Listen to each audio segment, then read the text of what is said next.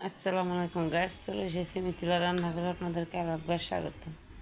আজকে তৈরি করে দেখাবো ড্রাগন ফলের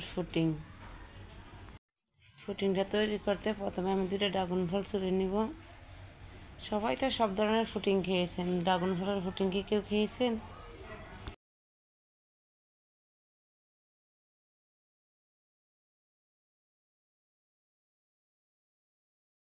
ড্রাগন ফলটা ছোলা শেষে আমি পিস পিস করে কেটে নিব।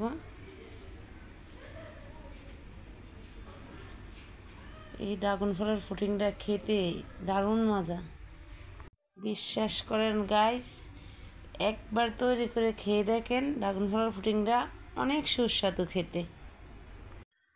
ড্রাগন ফলটা আমি কেটে নিয়েছি, এতটা পরিমাণ হয়েছে এই জন্য আমি একটা ড্রাগন ফল রেখে দিয়েছি, একটা ড্রাগন ফলে নিয়েছি।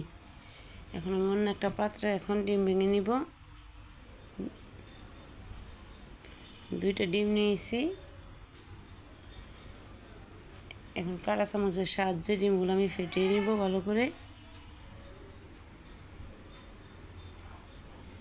এখন দিয়ে দেবো আমি 2 চামচ চিনি। যেহেতু ড্রাগন ফলটা মিষ্টি, এই কারণে আমি চিনির পরিমাণ একটু কমই দিলাম। এখন দিয়ে দেবো আমি আগের থেকে জাল করে ঘন করে রাখা দুধ। 1 কেজি দুধ আমি হাফ কেজি করে নিয়েছি জাল দিয়ে। এখন দেখেন কতটা পরিমাণ ঘন দুধ ঢেলে দিব। ভালো করে এখন ফেটিয়ে নিব। অবশ্যই ভালো করে ফেটাইতে হইব ডিমটা, ভালো করে ফেটিয়ে নেবেন। এখন তৈরি করবো আমি ক্যারামেলটা। এখানে আমি 1 চা চামচ চিনি দিয়ে দিছি, অল্প একটু পানি দিয়ে দিছি, দিয়ে ভালো করে ক্যারামেলটা এখন আমি তৈরি করে নিব। দেখুন কত সুন্দর কালার চলে আসতেছে। আমার ক্যারামেলটা তৈরি হয়ে গেছে। এখন আমি যেই পাত্রে ফুডিং বানাবো সেই পাত্রে ঢেলে দিব। এখন ক্যারামেলটা ঠান্ডা হয়ে গেছে, এখন আমি ঢেলে দিব দুধ।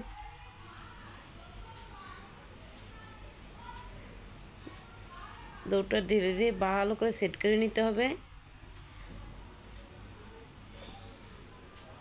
এখন দিয়ে দেবো আমি ড্রাগন ফলটা উপর দিয়ে।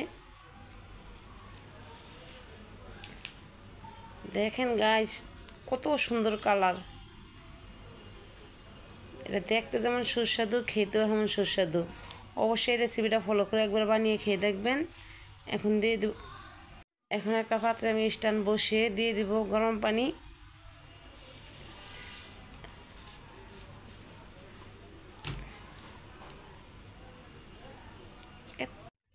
এখন গরম পানি ঢালা শেষে এখন দিয়ে দিব আমি ফুটিংয়ের পাত্রটা বসিয়ে